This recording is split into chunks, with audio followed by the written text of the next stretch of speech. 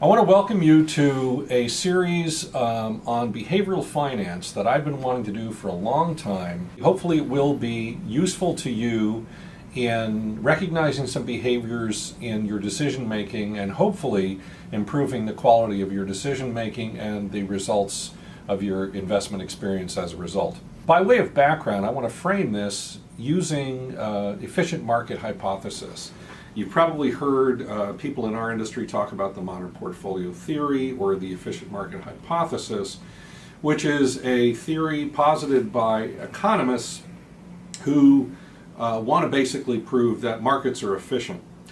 The problem with that is that the actual experience is different from their petri dish, academic, formula-based reality seems to exist. And the best way to frame this is listening to them. And by the way, I teach and have taught in business schools right alongside these proponents of this theory at places like Wharton Business School at the University of Pennsylvania, the Haas Business School at the University of California, Berkeley, and also at Stanford University. What's interesting is if you look at the underlying assumptions, then you find where the problems are. So they are positing that markets are efficient based on many assumptions, but there are three principal ones that I want to frame. First is that all the information is priced or baked into the price of every product all the time so that assets are perfectly priced. For someone in my position that remembers in 2008, when General Electric was $6 a share and I bought it, and now it's $26 to $30 a share, the idea or the notion that it's perfectly priced at both $6 and $26 to $30 is kind of laughable to me. So that's not true. So the second one is that liquidity is not an issue such that there are never a situation in which ready, willing buyers and sellers can execute their trades to someone that is willing to take the other side of the trade.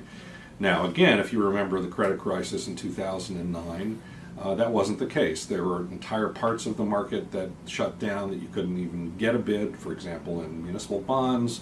In the real estate market, commercial real estate financing ground to a halt for almost 2.5 years. So that's not true.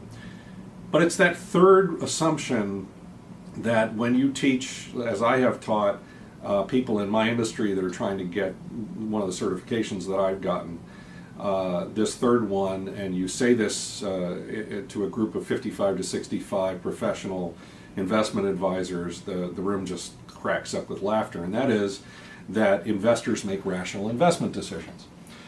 Now, these economists and these academic theoreticians really desperately need this to be true because they are really interested in having their theories published. They can write, articles about models and formulas. They desperately want this to be true. We on Wall Street don't care whether they're true or not because we don't have anything attached to it. In fact, we work with the real world.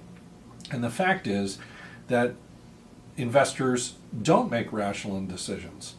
So what has happened in the last few years is these academic leaders have suddenly decided that the financial sciences need something called behavioral finance, which is another way of saying, now this is why people that really do make rational investment decisions, except for these fallacies, and they call them cognitive biases, but you may as well call them mistakes, that people make, which explains why markets aren't efficient. It's not that the markets aren't efficient, it's that people are not rational, therefore it's not our fault.